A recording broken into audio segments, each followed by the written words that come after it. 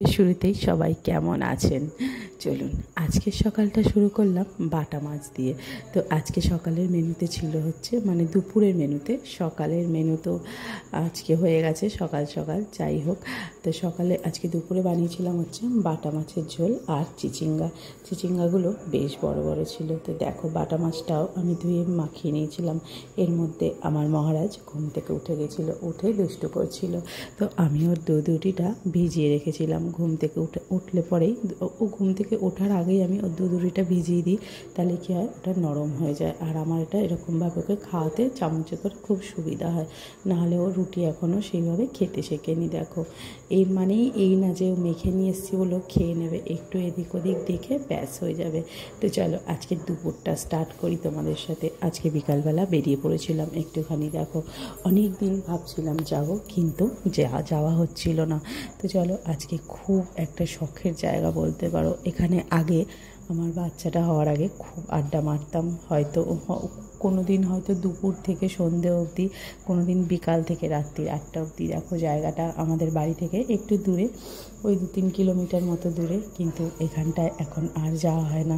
আজ কিন্তু ভেবেছিলাম যাব, তাই আমার সবথেকে বেস্ট যে ফ্রেন্ড আছে ওকে ডেকে নিয়েছিলাম, ওকে নিয়ে গেছিলাম। তো সবার ফার্স্টে দেখো আমার বাচ্চাটার জন্য দুটো ছোটো ছোটো টি-শার্ট আর একটা প্যান্ট কিনেছিলাম। ওটা আমি কিনতেই থাকি মাঝে মধ্যেই কিনতে থাকি ওর জন্য কিছু না কিছু।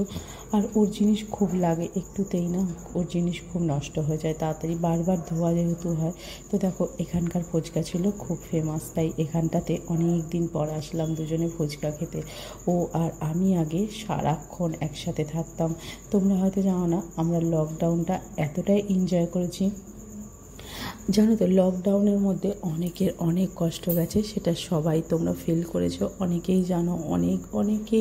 অনেকেই এতটাই খারাপ সময়ের মধ্যে দিয়ে গেছে লকডাউনে, কিন্তু সত্যি কথা বলতে লকডাউনটা আমরা বুঝতেই পারিনি। আমরা দুজনে এতটাই এনজয় করেছি লকডাউনটা, মানে কি বলবো, সারাক্ষণ দুজনে ওর হাজব্যান্ড আমার হাজব্যান্ড দুজনেই বাইরে থাকে যেহেতু, তাই দুজনে মিলে একসাথে একই জায়গায় থাকতাম সব সময়, মানে একসাথে থাকা, একসাথে ঘোরা। লকডাউনের মধ্যেও কিন্তু আমরা প্রচুর ড্রাইভ করে ঘুরেছি এদিক সেদিক।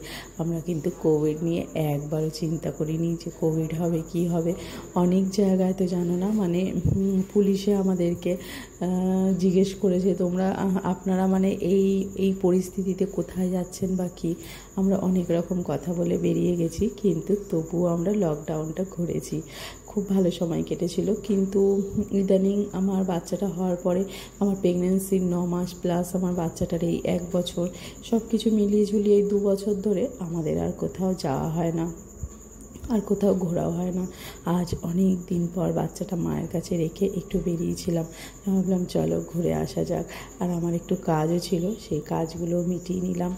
আর সত্যি কথা বলতে ওরও অনেকটা দূর হয়ে যায়, যেহেতু আমি এখন মায়ের বাড়িতে আছি, তাই আমার আর ওর বাড়ির মধ্যে অনেকটাই দূরত্ব মেনটেন, কারণ হচ্ছে ওর বাড়ি থেকে আমার বাড়ি আসতে গেলে ট্রেনে মাঝখানে 2টো স্টেশন পড়ে, তাই আমাদের এখন আর দেখা হয় না। তাই ও ট্রেনে করে আজকে এসেছিলো আমার মায়ের এখানে। তো আমার মায়ের এখান থেকে গাড়িটা নিয়ে আমরা দুজনে বেরিয়েছিলাম। আমার গাড়িটা জানো তো এখন আর চালানো হয় না, খুব কম। তো চলো যেটা দরকার আগে সেটা বলি। আজকে গেছিলাম আমি হাবিবসে। আমার চুলগুলো এতটাই রাফ হয়ে যাচ্ছে দিন, মানে আমার বাচ্চাটা হওয়ার পর থেকে আমার চুলটা একদমই খারাপ হয়ে গেছে। তো চলো এই দেখো হাবিবসে ঢোকার আগে এত সুন্দর মা দুর্গার মূর্তিটা করেছে দেখবার মতো। এখানে দেখো পুরোটাই হাবিবসের ভেতরটা পুরোটাই খুব সুন্দর সাজানো, নামেই যেমন কাজেও তেমন। তো চলো আমি গেলাম আস্তে আস্তে ভেতরের দিকে। তো ওখানে গিয়ে আমি সব জিজ্ঞেস করলাম। তো ওখানে গিয়ে বললো বোটক্স করিয়ে নিতে, আমার চুলটা এখন আর স্ট্রেট না করানোই ভালো হবে। তো ওখানে রিসেপশনে কথা বলে নিলাম, একজনকে ডেকে পাঠালো, সে আসলো, সে কথা বললো। তো আমি মানে আমার চুলটা স্ট্রেট করতে করতে একদম খারাপ হয়ে গেছে। আমার হেয়ার প্রচণ্ড কার্লি ছিল, সেটাকে আমি বারবার স্ট্রেট করতে করতে একদম খারাপ হয়ে গেছে। তো উনি এসে বলল আপনার চুলটা বোটক্স করে নেওয়াই বেটার হবে আর স্ট্রেট করার থেকে। তাই আমি ভাবলাম চলো বোটক্সই করে নেবো, কিন্তু আজ নয়, সেটা সামনের সপ্তাহে, নেক্সট উইক, কারণ ওটা করতে টাইম লাগবে। তো ওখান থেকে বেরিয়ে দুজনে নিয়ে নিলাম ফিশ কাটলেট নিয়ে বাড়ি চলে আসলাম। বাড়িতে এসে বসে একটুখানি ম্যাঙ্গো জুসও বানিয়ে নিলাম তার সাথে। এখন আমের সিজন, বুঝতেই পারছো, একটু ম্যাঙ্গো জুসটা না খেলে এরপর আর খাওয়া হবে না। তাই দুজনে মিলে খেয়ে বেশ অনেকটা সময় এনজয় করলাম। ওর বাড়ি চলে গেল, আমি আমার ঘরে।